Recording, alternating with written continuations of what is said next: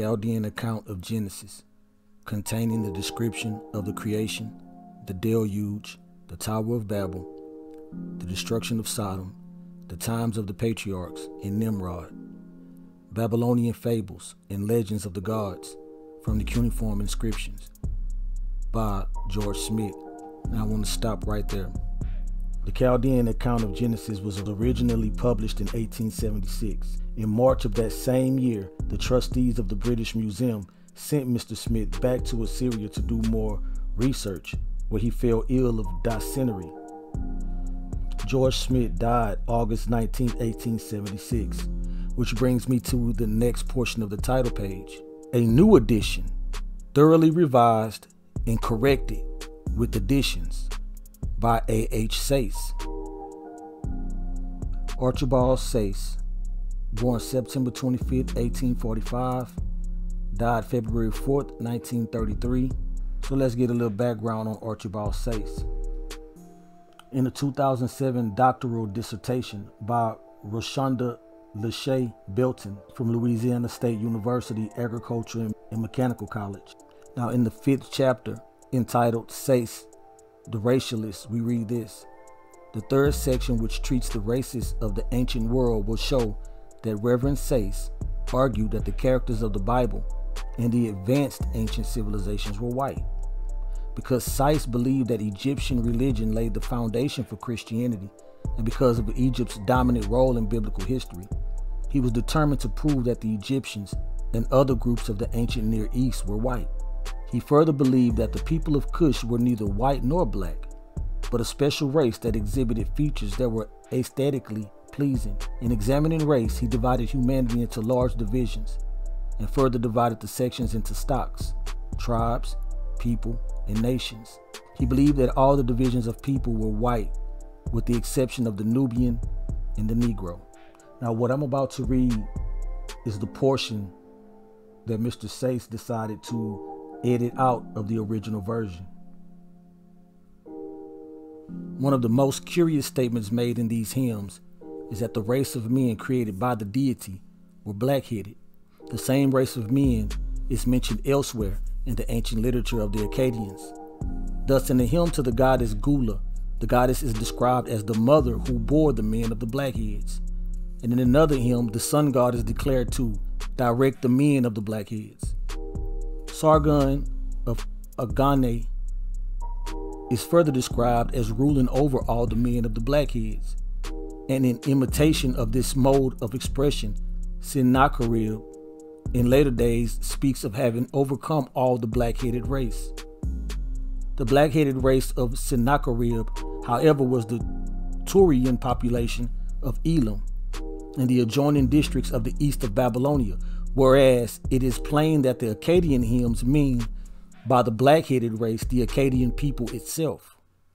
It was over them that Sargon of Agane, the Semite, boasts of having extended his sway, though according to an old geographical list, it was Sumer or Shinar rather than Akkad, which was inhabited by the people of the black face.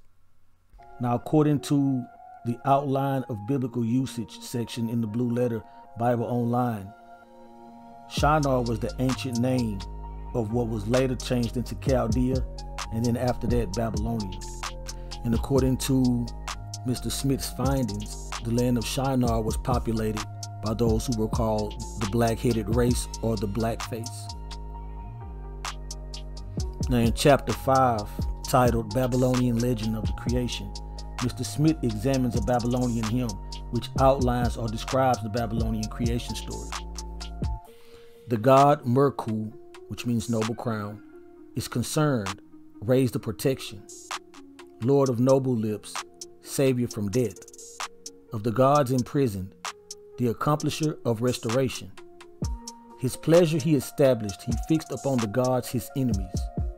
To fear them he made man. The breath of life was in him. May he be established, and may his will not fail, in the mouth of the dark races which his hands has made.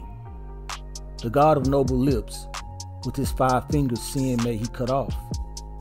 It appears from line 18 that the race of human beings spoken of in the Zalmat Kakadi, or dark race, and in various other fragments of these legends they are called Adami or Adami, which is exactly the name given to the first man in Genesis. The word Adam used in these legends for the first human being is evidently not a proper name, but is only used as a term for mankind. Adam appears as a proper name in Genesis, but certainly in some passages is only used in the same sense as the Assyrian word. And we are told of the creation of human beings.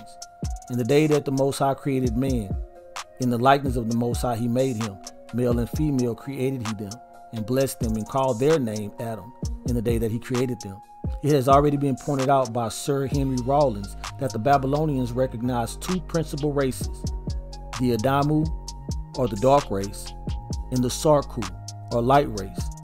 Probably in the same manner the two races are mentioned in Genesis, the sons of Adam and the sons of God.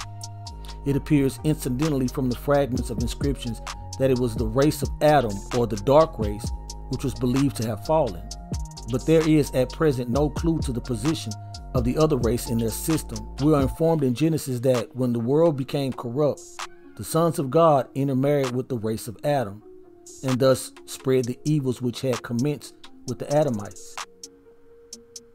So what have we learned from the information that was edited out by Mr. Sayce? 1. That the Adam of the Bible is used in the same way as the Adami or Adamu of the Chaldean account. Both are used to identify a bloodline or a people and not the proper noun of an individual. Go to Genesis the 5th chapter verses 1 through 2 and it reads, "This is the book of the generations of Adam, or the bloodline of Adam. In the day that the Most High created man, in the likeness of the Most High created he him, male and female created he them, and called their name Adam." So just as in the Chaldean account, Adam does not represent a person and the father of all mankind, but of a specific people of the bloodline of the Adamu. Point number 2, according to George Smith, Sir Henry Rawlins already pointed out that the Babylonians only recognized two principal racial groups, the Adamu, or the dark race, and the Sarku, or light race.